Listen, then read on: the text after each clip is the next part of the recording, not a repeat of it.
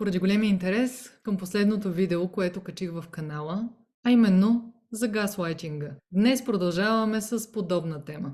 Ще си говорим за манипулаторите. Кои са те? Какво правят, за да повлияят на хората около себе си? И как да се превърнете в човек, който е изключително труден да бъде манипулиран? За всички от тези от вас, които за пръв път попадате на канала, здравейте и добре дошли! Казвам се Михаела Георгиева и това, което правя, е да помагам на хората, които консултирам, да избират правилните за тях кариерни пътища, а на ръководителите да бъдат още по-добри лидери. Коуч и обучител съм, автор на съдържание, ментор в няколко организации с социални и образователни каузи. Ако теми като кариерно развитие, лидерство, автентичност, справяне с стрес, бърнаут, поставяне на граници на работното място, развиване на ценни умения, откриване на призванието. Ако всички тези теми са интересни за вас, абонирайте се за канала и натиснете камбанката, за да получите известие всеки път, когато кача ново видео. Обратно към днешната тема. Според професор Бауърс, манипулацията се проявява, когато определен човек използва принуда, измама, хитрост или страх, за да накара друг човек да направи нещо. И нека да различим манипулацията от здравословното взаимодействие между хората. Всички ние се опитваме да повлияем на околните, за да видят нашата гледна точка и да постигнем разрешение за проблем или да прокараме идеята си. Но при манипулаторите типичното е, че те не се съобразяват с нуждите и исканията на другите хора. Единственото, което ги интересува, е да обгрижат собствените си интереси, без значение какви са нуждите и интересите на околните. Следното поведение е изключително типично за манипулативните хора. Те се стремят да постигнат онова, което искат, за сметка на околните. Имат нуждата да усещат това чувство за контрол и да доминират в взаимоотношенията си. Ще забележите и, че когато губят контрола в определени ситуации или нещата не се развиват спрямо техния план, те стават изключително тревожни и е възможно да избухнат или да използват други тактики, за да си върнат този контрол. Често манипулаторите лъжат или укриват информация. Други тактики, които те използват, са сплашване, принуждаване или изнудване. Не винаги манипулацията се случва по директен начин. Възможно е да се използват и по-задкулисни методи, като това манипулаторът да създава конфликт в екипа или да настройва хората един срещу друг. И това без всеки един от участниците в този конфликт да е наясно какво точно се случва. Когато са на ръководна позиция, манипулаторите ще злоупотребят с тази своя власт.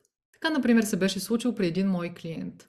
В неговия случай новия му пряк ръководител беше започнал да злоупотребява с позицията си и да му възлага задачи, които са извън неговото поле на отговорност.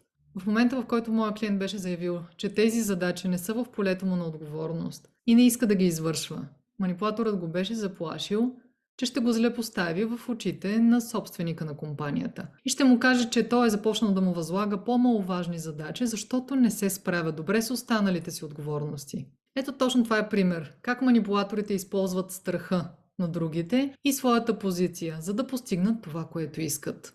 Манипулаторите са хора, които изключително умело боравят с слабите места, с страха и чувството за вина на околните.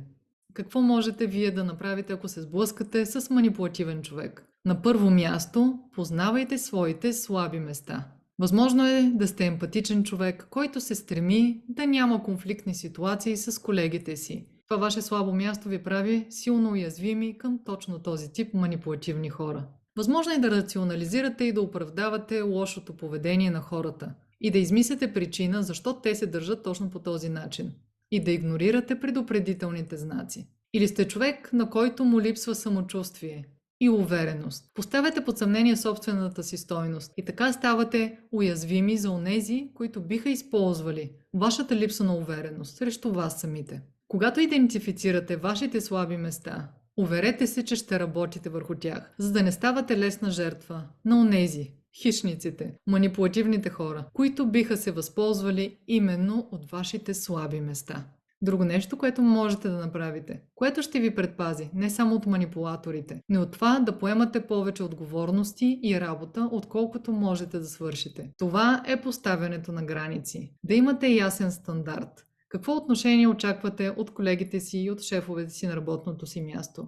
И да се придържате към този стандарт. Когато вашия стандарт бъде нарушен. Да дадете индикация на хората около себе си. Да поставите своите нужди от първо лице единствено число. Да заявите какво поведение не харесвате. Как искате другите да се държат към вас. Когато поставяте вашите граници, уверете се, че ще дадете конкретни примери и няма да говорите общо. Ще посочите поведението и ситуацията, които са в разрез с вашите ценности и вашите очаквания. Ще заявите ясно и какво искате да се промени в бъдеще, за да се чувствате комфортно на работното си място.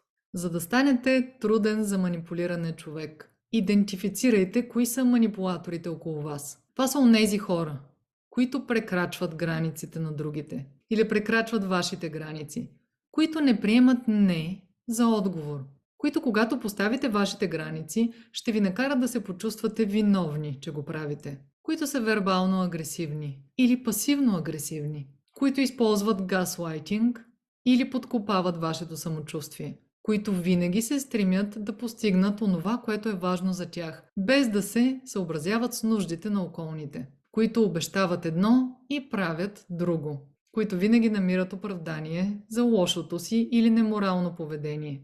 И още нещо. Когато комуникирате с хора, които са манипулативни, бъдете асертивни. Не се обяснявайте прекалено подробно. Не изпадайте в обяснителен режим. Поставете своите граници ясно и категорично. Отдръжте на тези граници и се придържайте към вашето възприятие за реалността.